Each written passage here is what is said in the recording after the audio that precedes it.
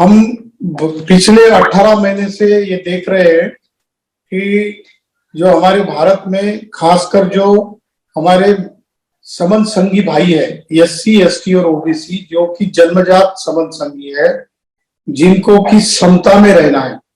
जो समता में रहता है वही संघ में रह सकता है, और जो संघ में रह सकता है वो किसी का भेदभाव नहीं करता, वो किसी से कोई गलत बात नहीं करता, और लोगों को इकट्ठा लाने की ही वो हरदम कोशिश करता है। ऐसे लोगों से ही संघ बनता है, और जब संघ की भावना उसके मन में आती है तो पैदाइशी उसके जो गुण है वो उसके मन में विकसित होते रहते हैं।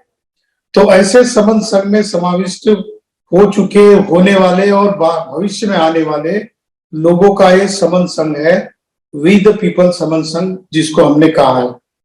ये वी द पीपल समन संघ और हमारे जो अन्य संगठन हैं, इनके काम करने के तरीके में क्या फर्क है, क्यों हमको समन संघ की आइडियोलॉजी, इसकी फिलॉसफी और इसका आचरण, इसको दोहराना है। हम ये नहीं कहते कि जितने भी संगठन हैं वो कोई बुरे हैं या गलत है या गलत काम करते हैं, ऐसा कभी नहीं कहते। हम सिर्फ इतना कहते हैं कि जैसा इंसान किसी रास्ते पर चलता है और रास्ते पर चलने के बाद वो किसी को उस रास्ते के बारे में बताता है, तो वो क्या बताता है, उस रास्ते के अनुभव के बारे में बताता है। या फिर उसी रास्ते से अगर कोई और दूसरा इंसान अगर जाता है और वो पूछता है, अपने को पता पूछता है, तो हम उसको बिल्कुल सटीक ज्ञान देते हैं, बताते हैं कि कहाँ पर मोड़ आएगा, कौन सा चौराहा आएगा, कहाँ पर आपको मुड़ना है, किस आपके जगह पर जाने के लिए किस दिशा में आपको जाना है। तो हम लोग ये कोशिश करते हैं कि जैसे हजारों साल से हम यहाँ पर जीते आ रहे हैं, हम जीते तो आ रहे हैं, लेकिन हमारे जीने का कोई मोल है क्या, ये हम क्वेश्चन मार्क में रखते हैं। और पाते हैं कि हम लोग पिछले 70 साल से स्वतंत्रता, समानता, बंधुता और न्याय, इस डेमोक्रेसी की सबसे बेस्ट प्रणाली में हम जी रहे हैं। लेकिन ऐसा जीकर भी क्या हम लोग उन तथ्यों को, उन आदर्शों को और उन लक्ष्यों को क्या हमने पा लिया है? तो इसका आंसर हम देखते हैं कि हमें जो पाना था, हमारे पुरखों ने, हमारे महान समन संघियों ने जो रास्ता हमको बताया था, उस रास्ते पर नहीं चलने की वजह से हम लोग आज जो मुकाम पाना था वो मुकाम हम नहीं पा सकते। तो इसका जरिया क्या है? जैसे उदाहरण से ले लो कि हमें किसी शहर में एकाधी जगह पर जाना है और उस जगह के लिए हम अनजान हैं, तो हम किसी को पूछते हैं कि क्या फला फला चौक में जाने के लिए मैं कैसा जाऊं।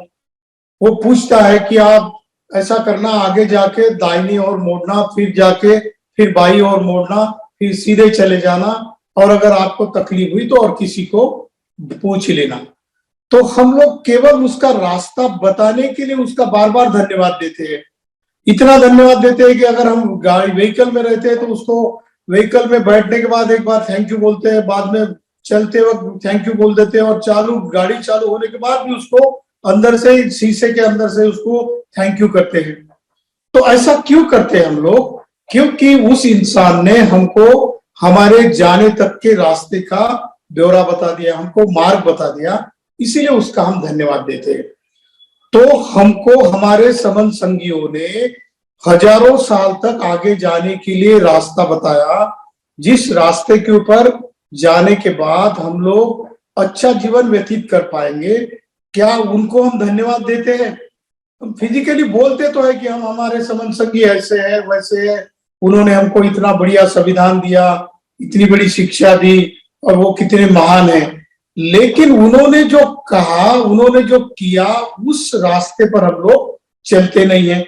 उन्होंने कहा कि इस रास्ते से आगे चलकर इस चौराहे के बाद आप लेफ्ट में चले जाना, फिर राइट में मोड़ना, फिर अगर कोई तकलीफ हुई तो किसी को पूछ लेना। हम लोग उनका धन्यवाद तो देते हैं, लेकिन उन्होंने जो कहा वो करते नहीं है, उन्होंने जो किया वो नहीं करते हैं। इसीलिए हम लोग आज ऐसे स्थिति में आ पहुंचे हैं कि जिसका हमको परिणाम नहीं मिला। तो इसीलिए हमको हमारे जो पुरखे हैं उनका ये धन्यवाद देना चाहिए कि उन्होंने हमको रास्ता बताया। अब जरूरी है कि उस रास्ते पर हम चलते चलते कहाँ पर हम रुक जाते हैं, कहीं पर हम बिगड़ जाते हैं, कहीं पर हम लोग व्यथित हो जाते हैं, तो उस वक्त हम मुड़ कर देखे और हमारे समन संगियों ने कहाँ कहाँ कहाँ किस किस जगह पर कौन सी शिक्षा दी, इसका आदर्श हम उनसे लेना चाहिए। ये एक बात हो गई।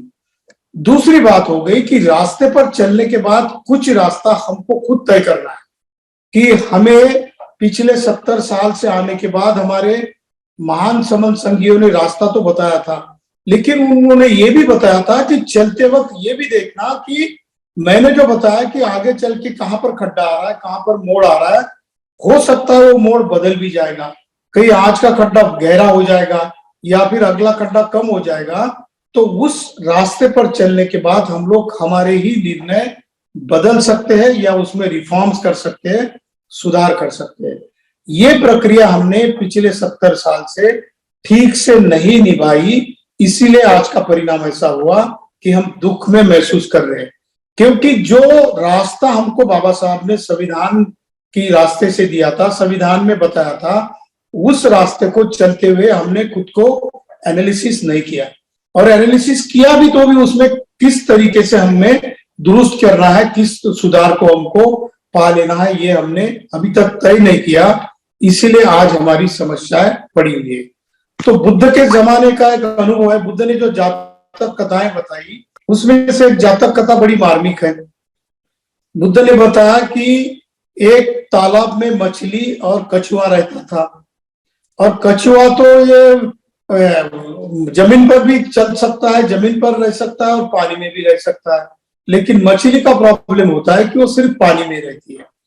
तो कछुआ कभी कभी दिन में जब धूप होती थी तब वो रेत पे चला आता था, सूखी रेत होती थी, वहां पर चलकर आकर फिर से पानी में चला जाता था।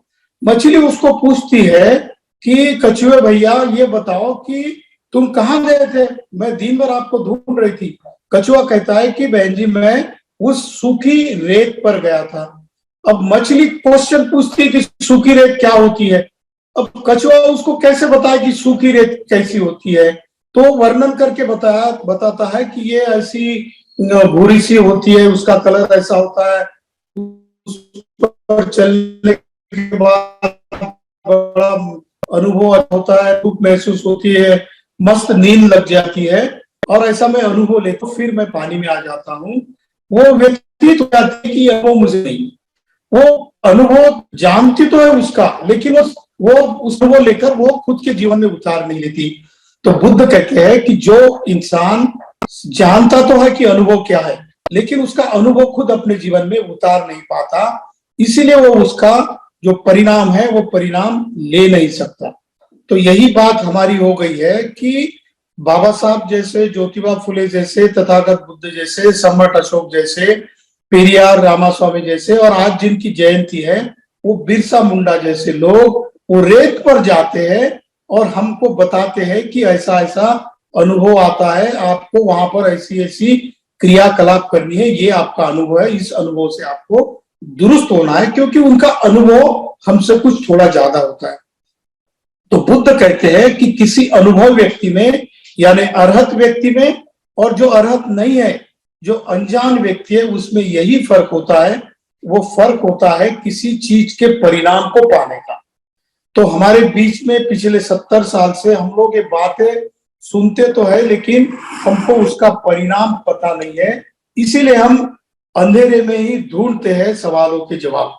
तो हमको ये सवालों के जवाब ढूंढने के बाद उसको पाना है, इसीलिए पिछले 18 महीने से हमने कुछ साथियों ने रेत पर जाना शुरू कर दिया, और रेत पर जाने के बाद उन्होंने देखा कि यहाँ पर का अनुभव तो बड़ा अच्छा है, क्योंकि जो मछली का जीवन जी रहे हैं वो काम तो वैसा ही कर रहे हैं जैसे वनवादी लोग करते हैं, जो काउंटर रेवुलेशन करते हैं, वो जो लोग काम करते हैं उसी ढंग से वो काम करते हैं। उनके और हमारे काम करने के ढंग में क्या फर्क है, और विद पीपल समन संघ अलग काम करना कैसे सोचता है। तो जैसा कछुआ रेत पर जाकर अनुभव लेता है और उस अनुभव के आधार पर मछलियों को बताता है कि देखना, आपने अगर कोई कार्यक्रम ले लिया हो तो उस कार्यक्रम का किसी को अध्यक्ष चुन लिया होगा, उसको मंच पे बिठाया होगा, उसको माला पहनाई होगी, उसको सम्मान दिया होगा, उसने जो बात की है उसके बाद के हर सेंटेंस के ऊपर आपने तालियां बजाई होगी और उसने अच्छा अच्छा भाषण दिया होगा, इसीलिए आपने उसको चंदा भी इकट्ठा करके दिया होगा।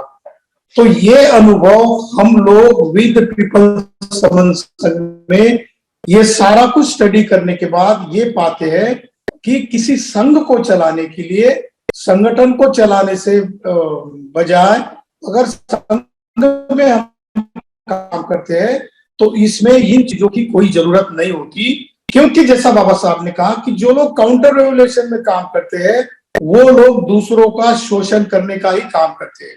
जो लोग सादे होते हैं, सिंपल होते हैं, भले लोग होते हैं, उनको बौखलाते रहते हैं, उनको जब चाहे वैसा उनसे काम करा लेते हैं और अपना उल्लू सीधा करने के लिए उनको उनका हरदम शोषण करते हैं।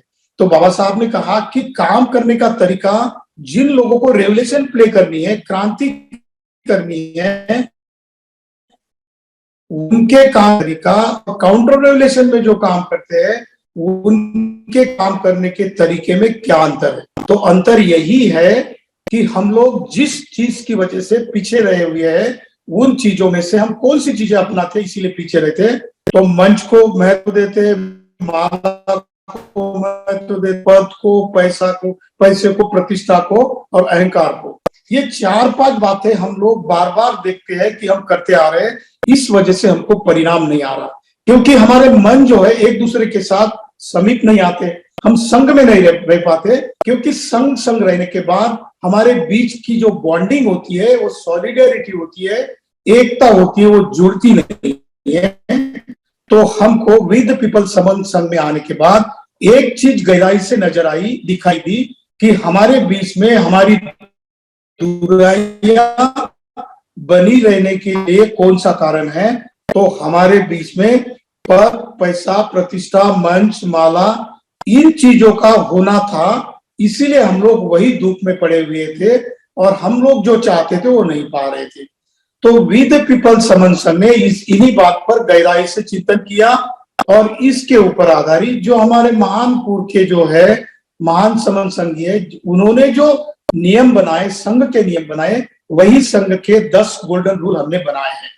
उसमें हमने तय किया है कि जन्म से जो लोग समन संघी है वो इकट्ठा रहेंगे, इकट्ठा तो रहेंगे, लेकिन केवल वो ऐसे इकट्ठा नहीं रह सकते जब तक वो 10 गोल्डन रूल अपने जीवन में नहीं उतारते। तो रूल उतारने के लिए क्या करना होगा उनको? तो मंच, माला, पद, पैसा, प्रतिष्ठा, इन बातों को उनको भुलाना पड़ेगा। तो इसीलिए उनको चंदा लेने की जरूरत नहीं। अगर कोई प्रोग्राम लेना है, कोई धम्म परिषद लेनी है या कोई समन संघ की संगीति आयोजित करनी है, तो उसके लिए खुद का खर्चा वो खुद करेगा। उसमें सबसे बड़ी बात यह है कि जिन वजह से हम लोग पिछले 70 साल में, बाबा साहब ने हमको 3 गठों में लाया था इकट्ठा करके, SC, ST और OBC कॉन्स्टिट्यूशनल नाम दिए थे हमको, फिर भी हम लोग इतने लोग 3 धड़ों में आने के बावजूद भी इकट्ठा क्यों नहीं रह पाते? क्योंकि हम जाति का अभ्यास करते हैं। भले ही हम कार्यक्रम करते होंगे, मंच लगाते हैं, इतने बड़े बड़े प्रोग्राम आयोजित करते हैं, लेकिन उसमें से हम यही सोचते हैं कि मैं SC हूं, मैं ST हूं, मैं OBC हूं, SC में भी मैं किस जाति का हूं। तो अलग अलग जाति का अगर कोई यहाँ पर इंसान है, कोई साथी है, तो वो मेरे जाति का है, मैं उसी से जुड़ूंगा। तो हमारे बीच में हम बुराइयां पैदा करते हैं, इसीलिए जाति का अभ्यास हमने करना छोड़ दिया। और इसमें केवल संघवाद क्यों? क्योंकि जैसा बुद्ध ने कहा कि न परे से विलोमानी, न परे से कथा कथन, अत्नो अवेख्येय कथानीय कथानी च। इसका मतलब है कि जो दूसरा क्या करता, क्या नहीं करता, इसके ऊपर ध्यान मत दो। वो फला फला सवर्ण है, वो उस जाति का है, वो ऐसा कर रहा है, वो वैसा कर रहा है, वो उसका काम करेगा। क्योंकि जब तक वो खुद का काम नहीं करेगा तब तक उसको शोषण करने का परिणाम नहीं मिलेगा। उसका तो काम ही है कि आपको विभाजित रखो और उसका बेनिफिट उठाओ और आपका शोषण करता रहे। इसीलिए ये बात नहीं करनी है। तो हमको केवल संघवाद के ऊपर ही डिस्कशन करना है और संघ में क्या क्या हमारी बीच के अंतर को कम करने की बुराइयां है, उनको हमको मिटाना है। इसमें से पद, पैसा, मंच, माला, प्रतिष्ठा, अहंकार, ये बातें आड़े आई। हम धीरे धीरे इन बातों को नष्ट करते जा रहे हैं और हम लोग जुड़ने के, घनिष्ठता से जुड़ने के एक प्रक्रिया में हम लोग बहुत नजदीक आ रहे हैं एक दूसरे के साथ। उसके बाद हम संगठन तो नहीं बनाते, तो मतलब ही नहीं इसका कि पंजीकरण करें। हमारा संघ जो आदेश देता है, जैसा कि मुझे आज आदेश दिया, मैं तो आज सारा दिन भर बाहर था, मुझे पता ही नहीं था कि मुझे आज कंसेप्ट देना है, लेकिन संघ ने मुझे आदेश किया है तो मुझे आदेश शिरोधार्य मानना है, क्योंकि संघ के ऊपर मैं नहीं हूं और मेरा भी नहीं है उसमें। इसीलिए संघ जो मुझे ड्यूटी देगा, संघ ने मुझे बोल दिया कि कंसेप्ट देना है, मैंने वो स्वीकार कर लिया, क्योंकि मैं संघ में विश्वास करता हूं। मैं जानता हूं संघ मुझे बुरा आदेश कभी नहीं दे सकता है, क्योंकि संघ ऐसे लोगों का बना हुआ है जिनके बीच में विश्वास परम ज्ञाति, उनके बीच का नाता जो है वो विश्वास के ऊपर आधारित है। इसीलिए मेरा संघ में परम विश्वास है। मैं ये कभी नहीं सोच सकता हूं कि संघ मुझे बुरा काम करने का आदेश कभी देगा। ये दृढ़ विश्वास मेरा कब बना है? मैं पिछले 18 महीने से, मुझे करीब 16 महीने हो गए इसमें जुड़कर, मैं पिछले 16 महीने से एक भी दिन ऐसा नहीं पाता हूं कि कहीं मेरी बुराई की जाती हो, कहीं मुझे बुरा भला कह दिया जाता हो, चाहे किसी कंसेप्ट करने में या कोई गोल्डन रूल्स बताने में मुझसे कोई गलती भी हो जाती है, तो यहाँ पर सारे के सारे मेरे संगी साथी है मुझे दुरुस्त करने की ही कोशिश करते हैं। ये कभी नहीं कहते कि इसने गलती कर दी, इसको माफ नहीं करना है। संघ हमेशा व्यक्ति को माफ कर देता है, क्योंकि संघ की ताकत संघ शक्ति में होती है, संघ के शक्ति में होती है। इसीलिए संघ से जुड़कर हमको रहना है। अगर हम लोग संघ के इन्हीं गोल्डन रूल्स को अगर अपनाएंगे और संघ की शक्ति को, संघ शक्ति को अगर हम जानेंगे, तो हम धीरे धीरे पाएंगे कि मेरे बीच में जो जितने भी दुर्गुण थे, जितनी भी बुराइयां थी, चाहे मैं किसी संगठन में काम कर रहा हूं और संगठन में काम करते हुए जब कोई प्रोग्राम होता है, प्रोग्राम का खर्चा नहीं दिया जाता, तो मैं उनको कहता हूं कि इन्होंने पैसा खा लिया। कोई मुझे सम्मान नहीं देता तो मैं कहता हूं कितने बुरे लोग हैं। मैं दिन भर काम करता रहा, महीने भर से समिति का आयोजन करता रहा और लोगों ने मुझे पूछा तक नहीं, सम्मानित भी नहीं किया, मुझे मंचमाला से कुछ दिया ही नहीं। ये जो बातें हैं, ये संबंध संघ में कभी आपको दिखाई नहीं देगी। ये मूल अंतर है संगठनों में काम करने का और संघ में काम करने का। अब ये संघ काम करता कैसे है? तो संघ काम करता है एनालिसिस करके। तथागत बुद्ध से पहले ही संघ बना है, संघ का कोई निर्माता नहीं। संघ तो ऐसे ऊपर आया है जैसे कि निसर्ग की कोई चीज ऊपर उभर कर आती है। विश्व का निर्माण करने का किसी ने पूछा बुद्ध को, तो बुद्ध ने कहा नेति नेति। बुद्ध ने कहा कि विश्व का कोई निर्माता नहीं है और विश्व कभी निर्माण भी नहीं हुआ और नष्ट भी नहीं हुआ, वो निर्माण भी हो रहा है और नष्ट भी। It is in the process of making, वो बनता ही जा रहा है और नष्ट भी होता जा रहा है। ऐसा ही संघ का रूल है। संघ के नियम ऐसे ही बनते हैं कि कोई अगर यहाँ का सदस्य, कोई संघ का अगर घटक कोई बुरी बात कर देता है, कोई गलती कर देता है, तो उसको चांस भी देता है कि वो सुधारे। अगर वो सुधारने की इच्छा खुद में रखता है तो उसको एक्सेप्ट भी कर लेता है, लेकिन वो सुधारने की अहमियत ही नहीं रखता, इच्छा ही नहीं रखता, तो उसका एनालिसिस करता है। और संघ को चोट नहीं पहुंचनी चाहिए, संघ को नुकसान नहीं होना चाहिए, इसीलिए उसको संघ से निष्कासित भी कर सकता है। तो सारे रूल जो है एनालिसिस के ऊपर चलते हैं। हम लोग हमारी एनालिसिस करते हैं, जिसको कि बुद्ध ने संघ में आने के बाद और बुद्ध बनने के बाद उन्होंने पातिमोक्ष का नियम बनाया। पातिमोक्ष का नियम क्या था कि कोई संघ का सदस्य, चाहे वो कोई भिक्खु हो, कोई उपासक हो, उपासिका हो या भिक्खुनी हो, अगर कोई बुरी बात करता है, वो कबूल नहीं करता अपना गुनाह, अपनी गलतियों को कभी स्वीकार नहीं करता, तो उसका संघ से निष्कासन भी होता है। लेकिन अगर वो ईमानदारी से, इंसानियत से बोलता है कि हाँ मैं संघ की माफी चाहता हूं, मैं मुझसे ऐसा ऐसा अपराध हुआ है, संघ मुझे माफ करे, तो संघ उनको माफ भी करता है। संघेयो खलितो दोषो संघो खमतु तम्मम यंकिंची रत्नं लोके विजेति विदापुतु रत्नं संघ समनत्ति तस्मा सोन्ति भवन्तु में। इसका मतलब है कि अगर कोई बात, कोई चीज अगर संघ के प्रति घात पहुंचाने वाली मुझसे अगर होती है तो मैं संज्ञेयो खलितो दोषो, मेरे दोष के लिए मैं संघ को क्षमा याचना करता हूं और संघ भी उसका एनालिसिस करता है और मुझे ऑब्जर्व करता है कि इसमें क्षमता है संघ में इसको माफ करने की, तो संघ उसको माफ कर देता है। और इस तरीके से मेरे बीच में कोई न्यूनगंड नहीं आता, इंफीरियरिटी कॉम्प्लेक्स नहीं आता और मुझे ऐसा लगता है कि संघ में आने के बाद जो कि मैं खुद को बुरा समझता था, खुद में मैं बुराइयां ढूंढता था, लेकिन संघ ने मुझे एक्सेप्ट कर लिया, तो मेरी ताकत संघ के ताकत में समा जाती है, मैं संघ शक्ति का एक भाग बन जाता हूं। यही जो ताकत है संघ में आने के बाद और संगठन में रहने के बाद आपको यहाँ पर महसूस होगी।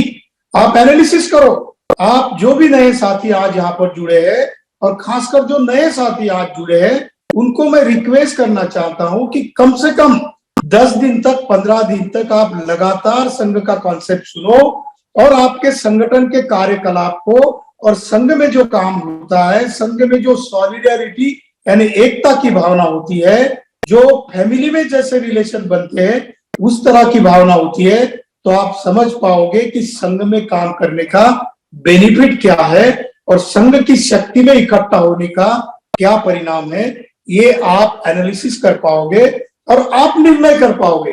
क्योंकि जैसा बुद्ध ने कहा कि संघ का नियम कोई आपके ऊपर जोर जबरदस्ती वाला नहीं है।